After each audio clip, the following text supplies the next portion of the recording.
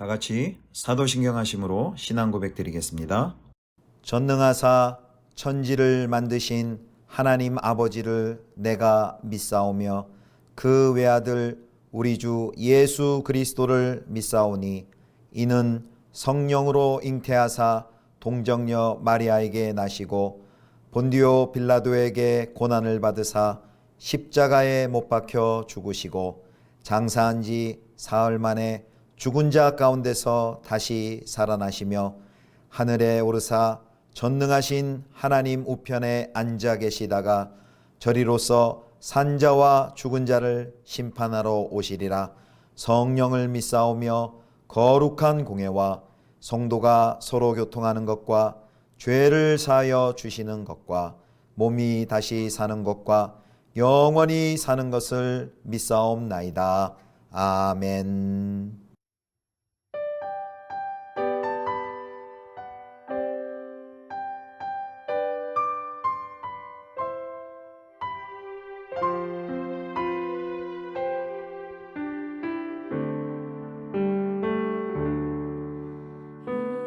이곳에 임하신 하나님 나라 가난한 마음으로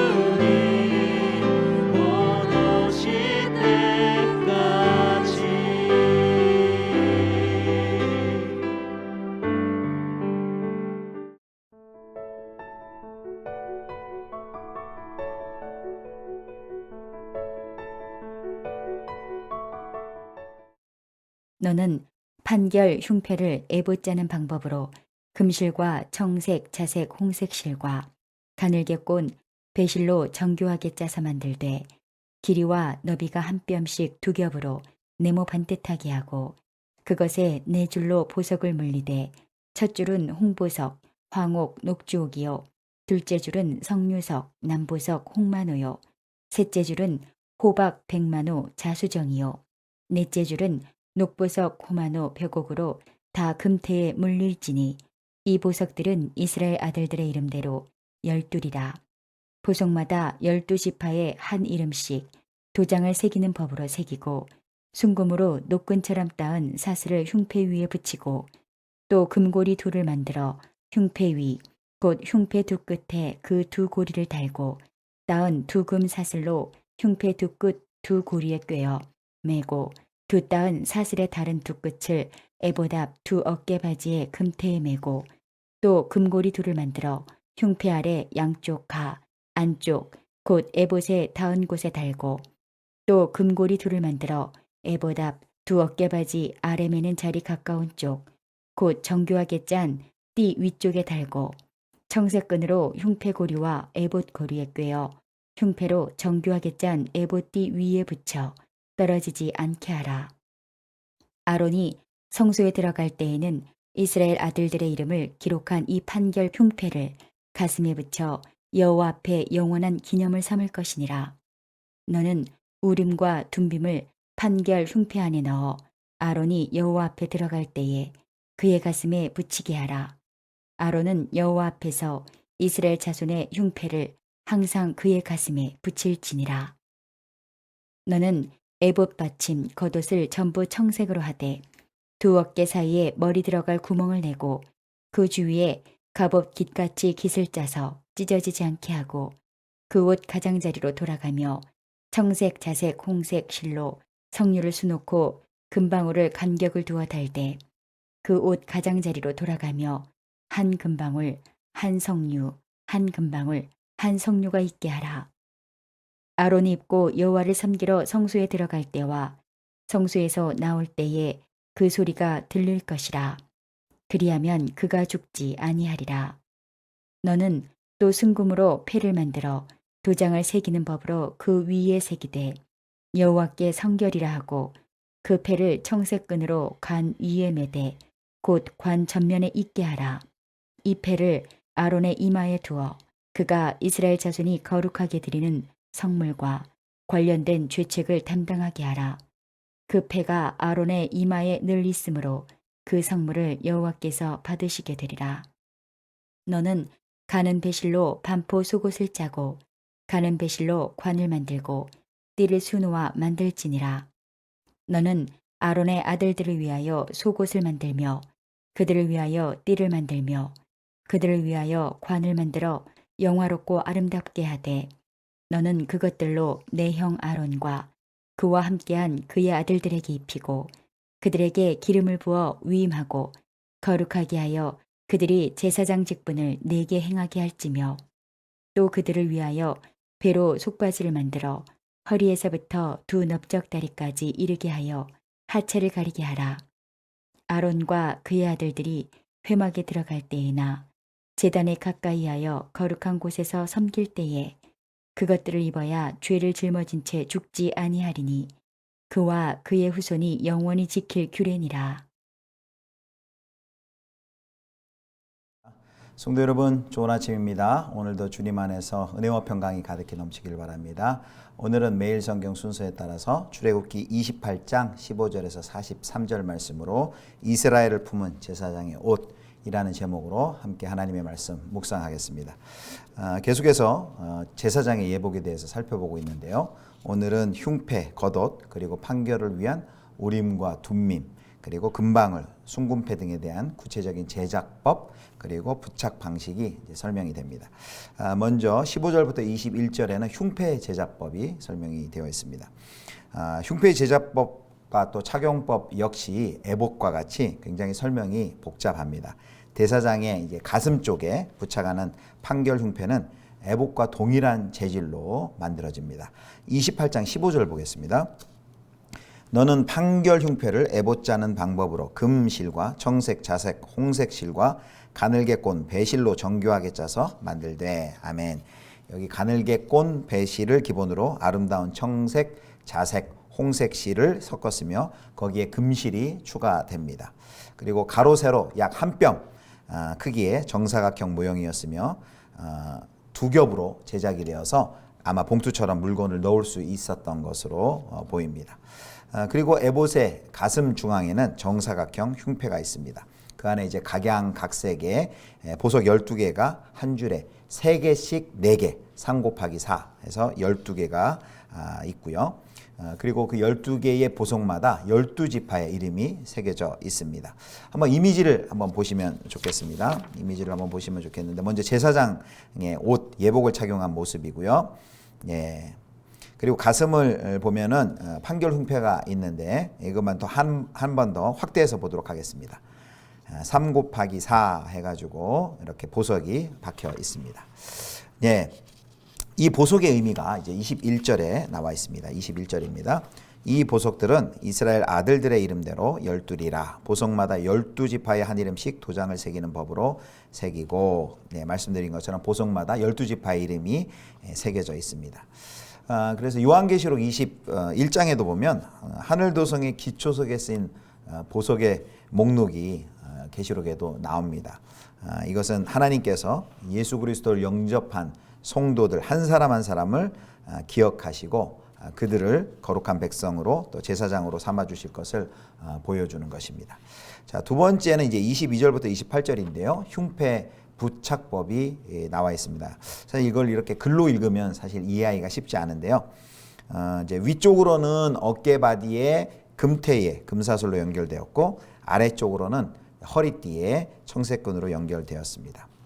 그래서 이렇게 에봇과 흉패가 하나의 세트가 되어서 대제사장의 세 번째 복장을 구성합니다. 이따가 그림을 한번 더 볼 텐데요. 그때 에봇이 이제 흉패가 어떻게 에봇에 부착되어 있는지 다시 한번 보시면 되겠습니다. 자, 그 다음에 이제 세 번째로 29절에 30절은 흉패의 기능을 설명해 주고 있습니다. 두 가지 기능이 있는데요. 첫 번째는 여호와 앞에 영원한 기념을 삼는 것입니다. 28장 29절 보겠습니다. 아론이 성소에 들어갈 때에는 이스라엘 아들들의 이름을 기록한 이 판결 흉패를 가슴에 붙여 여호와 앞에 영원한 기념을 삼을 것이니라. 판결 흉패를 가슴에 붙여 여호와 앞에 영원한 기념을 삼을 것이라 그렇게 말씀드렸습니다. 이 기념에 대한 지시가 우리가 어제 살펴본 대로 그 두 개의 호마노 기억하시죠? 그 두 개의 호마노 보석에 이어서 반복이 됩니다. 그리고 29절 방금 읽었지만 이 흉패를 판결 흉패라고 부릅니다. 하나님의 뜻과 판결을 구할 때 사용이 되었던 것이죠. 그래서 그 목적을 위해 그 판결 흉패 안에 우림과 둠밈을 흉패 안에 넣어 보관했습니다. 28장 30절입니다. 너는 우림과 둠밈을 판결 흉패 안에 넣어 아론이 여호와 앞에 들어갈 때에 그의 가슴에 붙이게 하라. 아론은 여호와 앞에서 이스라엘 자손의 흉패를 항상 그의 가슴에 붙일지니라. 아멘. 대제사장 자신의 정규복장과 더불어 항상 이 판결 흉패를 달고 제의사역에 임했습니다. 그래서 이 판결 흉패 안에 있는 우림과 둠밈은 하나님만이 우리의 참된 판결자가 되신다가 판결자가 되심을 우리에게 보여주고 있는 것입니다. 여기서 우리가 작게 적용해 볼 수 있죠. 우리는 일상의 모든 일들을 하나님 앞에서 묻고 하나님의 뜻을 따르기 위하여서 어떤 순종을 하고 있는지 우리가 한번 질문해 보면 좋겠습니다. 자, 이제 네 번째는요, 겉옷 그리고 여러 장식품에 대한 추가적인 지시가 나와 있는데요. 자, 에봇을 받치는 겉옷은 청색으로 된 단색의 옷이었습니다. 우리 아까 사진 한번 보시겠습니다. 제사장이 예복 착용한 모습 쭉 보시면 파란색 보이시죠? 예, 파란색이 바로 치마처럼 보이는 게 에봇 받침 겉옷입니다. 그리고 그 위에 이렇게 자주색빛 나는 것이 에봇이고요. 가슴에 판결 흉패 보이시죠? 네. 그리고 판결 흉패가 어깨와 그리고 허리에 어떻게 연결되어 있는지 대략 그림을 보시면 이해하실 수 있습니다. 예. 자, 이 그림을 보면 목 부분이 뚫린 통으로 된 옷이었고 아래쪽에는 이렇게 석류를 수놓고 사이사이에 금방울을 달아 놨습니다. 석류수 사이에 금방울이 달려 있고요. 그리고 그 금방울 때문에 이제 아론이 걸어 다닐 때마다 방울 소리가 났던 것이죠. 35절을 보면 아론이 입고 여호와를 섬기러 성소에 들어갈 때와 성소에서 나올 때에 그 소리가 들릴 것이라. 그리하면 그가 죽지 아니하리라. 방울 소리가 나면 죽지 않을 것이다 라는 말은 표면적 의미는 분명 대제사장이 성소에 들어갔을 때 죽지 않도록 방울 소리가 보호해주는 기능을 했다는 것입니다. 그런데 이제 이 구절 때문에 잘못된 사실이 오랫동안 전해 내려왔습니다. 저도 이제 그렇게 들었고 이제 그렇게 생각했었는데요.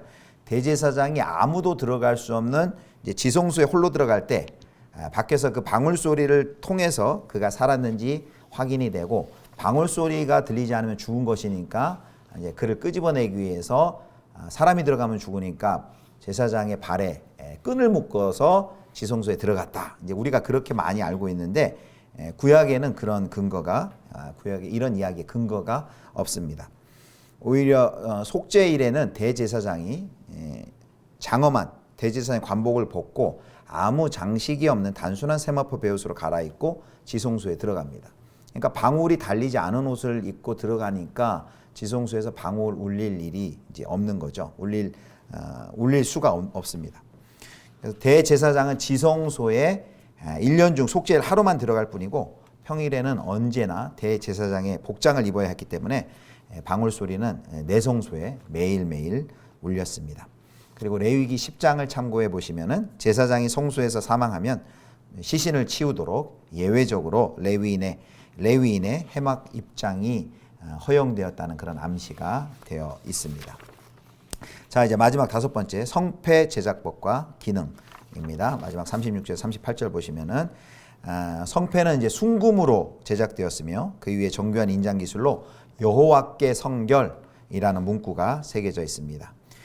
그래서 이 성패는 청색끈으로 머리에 쓴 관에 이제 정면에 매달려 있습니다. 28장 38절입니다. 이 패를 아론의 이마에 두어 그가 이스라엘 자손이 거룩하게 드리는 성물과 관련된 죄책을 담당하게 하라. 그때가 아론의 이마에 늘 있으므로 그 성물을 여호와께서 받으시게 되리라. 여호와께 성결이라는 이 성패를 쓰면 제물을 드리는 백성이나 제사장에게 잘못이 있더라도 그 제물을 받아주시겠다라고 말씀을 하십니다. 성결을 단호하게 요구하시지만 또 언제든지 넘어질 수 있는 연약함도 아시고 회복할 길을 열어주시는 하나님이심을 우리가 알 수 있습니다.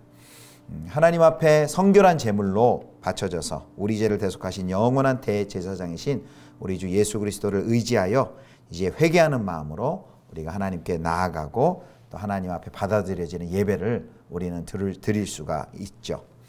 40절부터 마지막 43절까지는 이제 일반 제사장의 복장에 대해서 아주 간략히 설명을 합니다. 이제 정리하겠습니다. 이제 오늘 전체 두 번째 어제에 이어서 제사장의 의복에 대해 살펴봤는데 제사장의 의복은 그의 정체성과 사명을 우리에게 보여줍니다. 제사장이 하나님 앞에 서려면 거룩한 옷을 입어야만 했습니다. 그런데 사도 바울은요, 거룩함을 입은 성도답게 죄인의 삶의 방식을 버리고 마음과 생각과 태도를 새롭게 하는 일에 힘써야 한다라고 에베소 4장에 말씀하십니다. 하나님의 거룩한 백성으로 살기 위해서 내가 버리고 또 새롭게 입어야 할 것은 무엇인지 우리가 한번 질문을 해봐야 하겠습니다. 또 제사장은 하나님의 성직자 또 백성의 중보자로서 늘 자신의 행보를 신중하게 체크하면서 움직였습니다. 백성의 이름을 어깨에 짊어지고 또 가슴에 판결 흉패에 새긴 그 돌을 그 판결 흉패를 가슴에 담고 두려운 마음으로 주님께 나아갔죠. 요즘 우리는 나는 어떤 삶의 옷을 입고 또 누구를 위한 기도의 제목을 가지고 주님 앞에 나아가고 있습니까? 최근에 내가 가슴에 품고 기도해야 할 성도들은 누구입니까? 이 아침에 한번 우리가 중보기도의 대상자들을 생각하고 함께 그들을 가슴에 품고 하나님 앞에 나아가면 좋겠습니다. 오늘도 하나님 앞에 예수 그리스도의 의의 옷, 거룩한 옷을 입고 하나님의 거룩한 제사장으로 하나님을 섬기고 세상을 섬기는 우리 사랑하는 모든 성도님들 되시기를 주님의 이름으로 축원합니다. 기도하시겠습니다. 거룩하신 하나님 아버지, 날마다 거룩함을 입은 하나님의 백성답게 살게 하여 주시옵소서. 이 나라와 민족과 열방을 가슴에 품고 주님께 나아가 기도하는 성도 되게 하여 주옵소서. 우리 구주 예수 그리스도의 이름으로 기도드립니다. 아멘. 주님 가르쳐 주신 기도하겠습니다. 하늘에 계신 우리 아버지여, 이름이 거룩히 여김을 받으시오며 나라의 임하옵시며 뜻이 하늘에서 이룬 것 같이 땅에서도 이루어지이다. 오늘날 우리에게 일용할 양식을 주옵시고 우리가 우리에게 죄 지은 자를 사하여 준 것 같이 우리 죄를 사하여 주옵시고 우리를 시험에 들게 하지 마옵시고 다만 악에서 구하옵소서. 대개 나라와 권세와 영광이 아버지께 영원히 있사옵나이다. 아멘.